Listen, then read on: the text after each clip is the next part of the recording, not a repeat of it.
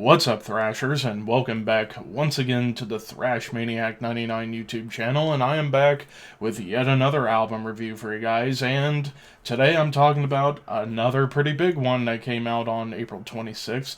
This time we are talking about the latest offering from Darkthrone, It Beckons Us All.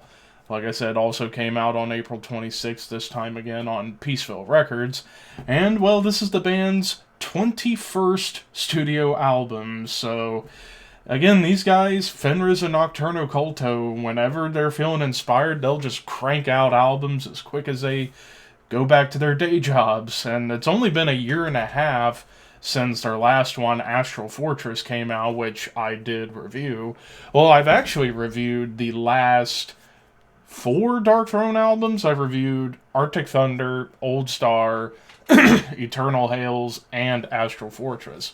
So I'm keeping the streak going of talking about Darkthrone, and this album very much continues on the path that we've been on with Darkthrone pretty much ever since, I would say, the Underground Resistance, but even as far back as, say, Circle the Wagons, where it's more of those like classic heavy metal nods going on. But I would say this is definitely closer to like something you would have heard on Old Star or even on Astral Fortress, where there's more of that doom metal element coming in, but also a little bit of Eternal Hails when it comes down to some of the progressive rock elements that come up in here. So yeah, this album kind of reaching a few different avenues for Darkthrone sound. Like, you still pretty much get the classic heavy metal and doom metal and speed metal stuff going on here, but you also, like I said, get some progressive rock elements, which is really, really cool to hear, with the occasional black metal moment. And I mean mostly in like the tremolo riffs. Excuse me, I'm actually recording this at a little past 1 in the morning on April 27th, so bear with me on this. I'm a little bit loopy. But some of those tremolo riffs harken back to their black metal style, but not really in a big way. But we kick things off with Howling Primitive Colonies, and after some odd sci-fi sounds, immediately get hit with riffs that sound straight up like 70s Judas Priest. And I love it whenever Darkthrone brings out some of those Judas Priest vibes, like hell, even as far back as Sacrificing to the God of Doubt on Sardonic Wrath, where you get some Judas Priesty moments within the riffs on that song. So it's pretty much kind of been there for about 20 years for Darkthrone going forward, where you get a little bit of nods to Judas Priest. But then it does turn more doom-laden, but it's catchy as hell. And then you get this really cool galloping riff that comes along in the chorus.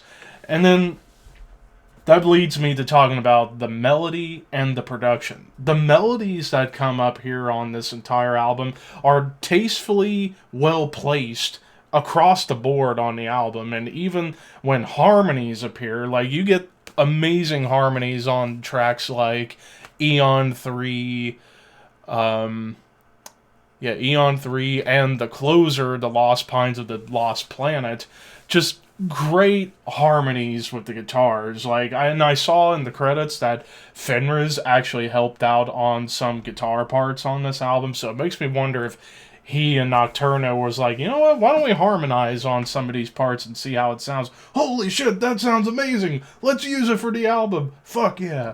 And actually, funny enough, according to Fenriz, this is one of the first times that he and Nocturno shook hands after finishing an album because of how pleased they were with it. So that, when I heard that, it certainly gave me high hopes. And starting off the great way with the opening track. And then we get into Eon 3, which is the third part of a trilogy. The first version, Eon, was all the way back to their debut Soulside Journey, back during the band's death metal era. And that is a heavy, triplet chugging, brutal song, instrumental as well. And it's like, wow, heavy as fuck. And then on Astral Fortress, 31 years later, they place Eon 2 on there, and that one felt very much like Iron Maiden on steroids. Here, with Eon 3, you get vocals. So the first time, or I can't remember if there were vocals on Eon 2. I don't believe there was. If I'm wrong, then correct me. But Eon 3, I believe, is the first of the 3 songs that has lyrics and vocals going on. But meanwhile, the riff that starts it off, call me crazy, kind of reminded me of Heart's Barracuda a little bit. It's just that galloping chug that starts it off, but it's more doom-laden when it comes down to the rhythm. But then you get this like really cool melodic riff that has a tremolo progression on top. And I gotta say, Fenris's vocals, when they come up, are wild on here. The breakdown on this song is quite something because it's very Celtic Frost inspired. And of course, you can't have a Darkthrone album without a touch of Celtic Frost in there. And I'm all for it because who the fuck doesn't love Celtic Frost? Well, besides Cold Lake, and certainly don't have that album number 2 on my ranking, that's for damn sure. Looking at you, Jammin' John. Yeah, it's okay. You're still awesome. But anyways, yeah, tasty harmonies, but it gets extra doomy at the end, but with a killer tremolo riff. Then we get to the first single of the album, Black Dawn Affiliation. This one is classic heavy metal to the bone. Like, a lot of the riffs on here kind of remind me of classic Ozzy Osbourne, kind of like that Blizzard of Oz and Diary of a Madman, Bark at the Moon era of Ozzy's solo career. Like, it definitely reminded me a lot of that, which was really cool. And I even remember there was some Ozzy moments that popped up on Eternal Hails and Astral Fortress, but in like little moments. This song goes ham on the classic Ozzy solo stuff. Amazing drum turnovers. Like, I will say, Fenris's drum work on this album, while he's mostly sticking to the beat, when he does turnovers, they're really clever and cleverly placed, I should say. Again, I'm tired, sorry. But excuse me. And my voice is starting to go away. But anyways, catchy tremolo riffs to kind of bring in a little bit of their classic black metal influence. Again, the melodies are well placed. But then when it gets atmospheric, it's more of that like 70s progressive rock atmosphere. But the riff that builds along on top feels almost like a thrash riff. Almost like something you would have heard from like Metallica or Megadeth, but it's more in a mid-tempo rhythm. And even Fenris's clean vocals at the very end, very, very tasteful, but the riffs and the atmosphere gives it that more King Crimson and Pink Floyd atmosphere, which was really cool. Then we get to the one instrumental, and in that moment I knew the answer, which was actually the shortest track of the album at a little over 3 minutes.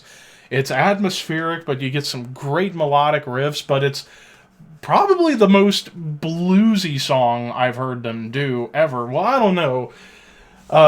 Trying to remember the track list of Eternal Hails off the top of my head, but I think it was Voyage to a North Pole Adrift, I think was the song where it started off after that like dissonant riff and it gets into that almost bluesy swing. This takes that blues swing and runs with it, and it feels very much like Black Sabbath. And this is one of the only times on the album where you get some of that like Black Sabbath worship.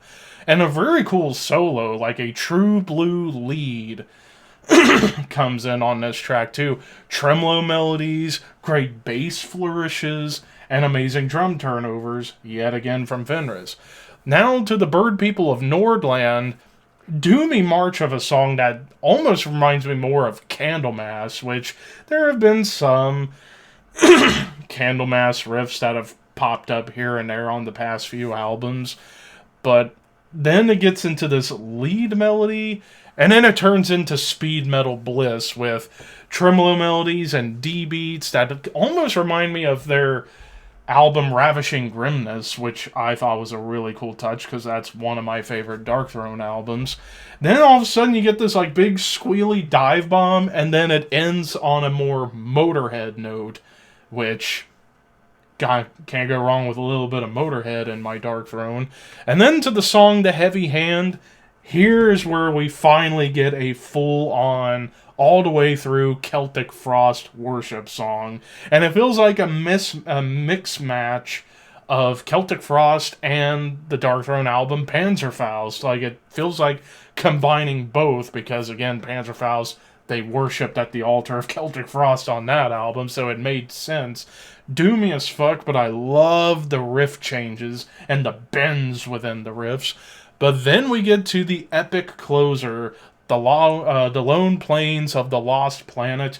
10 minutes, very much like you're mixing progressive rock and classic doom metal, like combining both influences, like the clean melodies at the start and the end of the song. Like, I love how they bookended.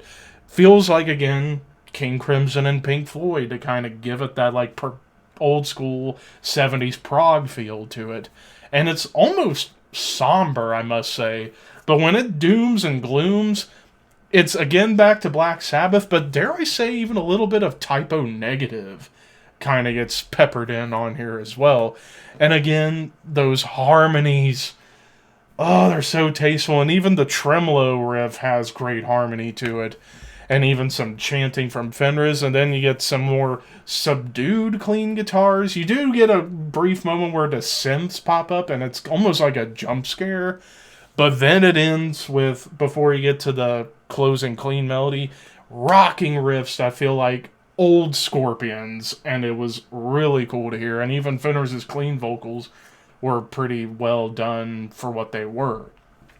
So yeah, as far as the production, Jack Control doing the mastering, and it was just Nocturno and Fenris doing the production. Like, they didn't have the same producers that did Eternal Hails and Astral Fortress. They instead went back and did it themselves, but had Jack Control do the mastering, and it sounds fantastic. Like, it sounds like a late 70s classic heavy metal / progressive rock mix.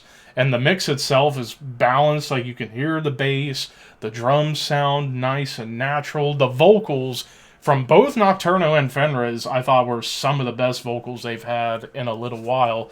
Like, Nocturno going for that borderline Tom G. Warrior grunt, where Fenris is just going for more like punky yells, but bringing in the clean vocals in there, here and there on a couple songs.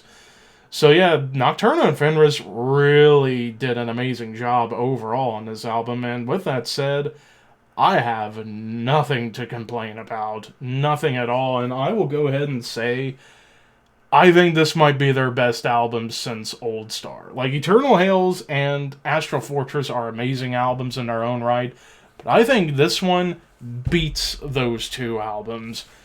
I am going to give this another 5 out of 5. And thankfully, I already pre-ordered this. Well, I ordered it the day it was released, which was yesterday, and it will be here pretty soon, and in the next collection update. But man, this album, it's, if you love classic heavy metal, if you love 70s progressive rock, if you love speed metal, if you love doom metal, with little hints of black metal, definitely check this out. This is a masterful album. This might be among one of the best things Darkthrone has ever done, because they're so dynamic and they're spreading their wings a little bit on this one in comparison. So yeah, 5 out of 5. I salute you, Darkthrone. But of course, that's just my opinion. What did you guys think of Darkthrone's It Beckons Us All? Let me know in the comments below. Thank you for watching. Like, comment, share, subscribe, and all that fun stuff. Keep your horns high and your dreams wet.